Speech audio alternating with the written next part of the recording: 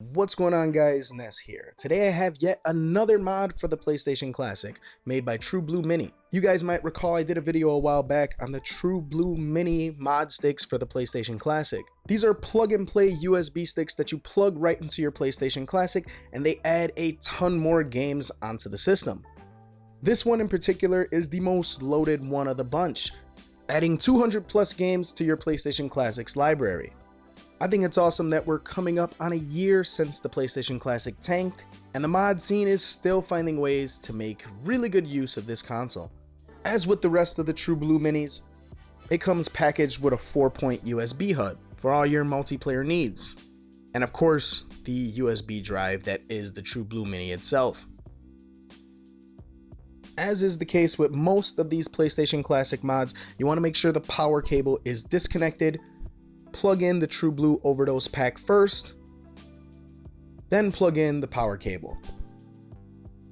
Once the console flashes the amber light, go ahead and fire it up.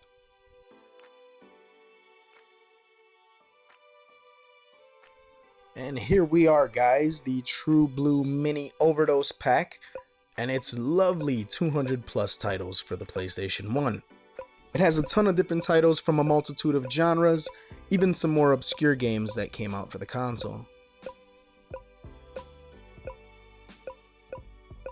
It really has a ton of options, it's got games for days, and instead of sitting here and cycling through the game library for about 5 minutes, I'm just going to go ahead and put a link to the full game list in the description below, so feel free to check that out.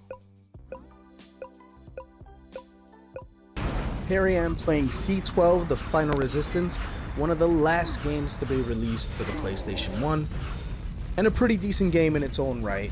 It's a third-person shooter along the lines of Siphon Filter, and I had a ton of fun playing this game in the past.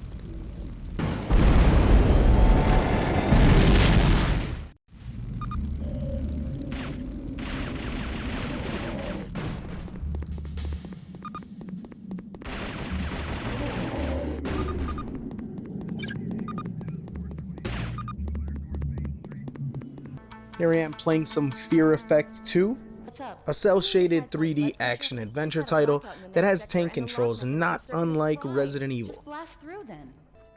This game and its predecessor, the first Fear Effect, are true gems for the PlayStation 1. If you've never played them, I highly recommend checking them out.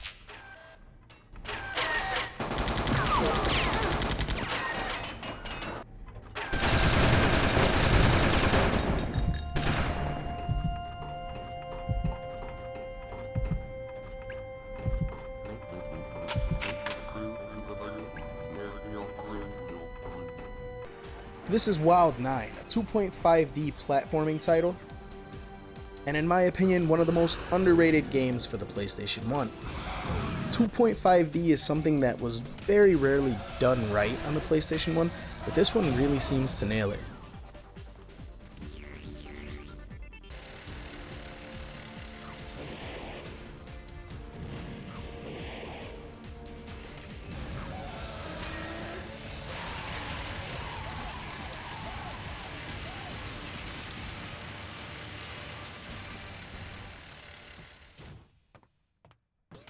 Here I am playing Wu-Tang Shaolin Style, a 4-player arena-style fighting game that was born from the unreleased Thrill Kill.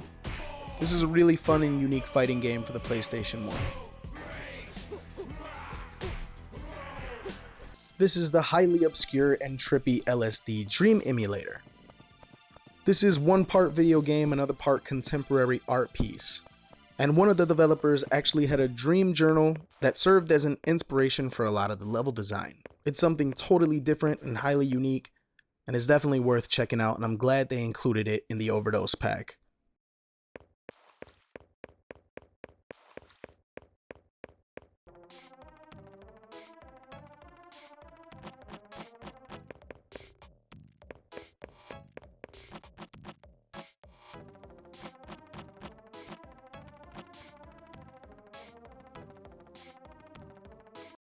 Need for Speed Porsche Unleashed, a fantastic racing game in the Need for Speed franchise. The PlayStation 1 had a ton of really good racing games, whether it was simulator or arcade style. This one is one of my favorites.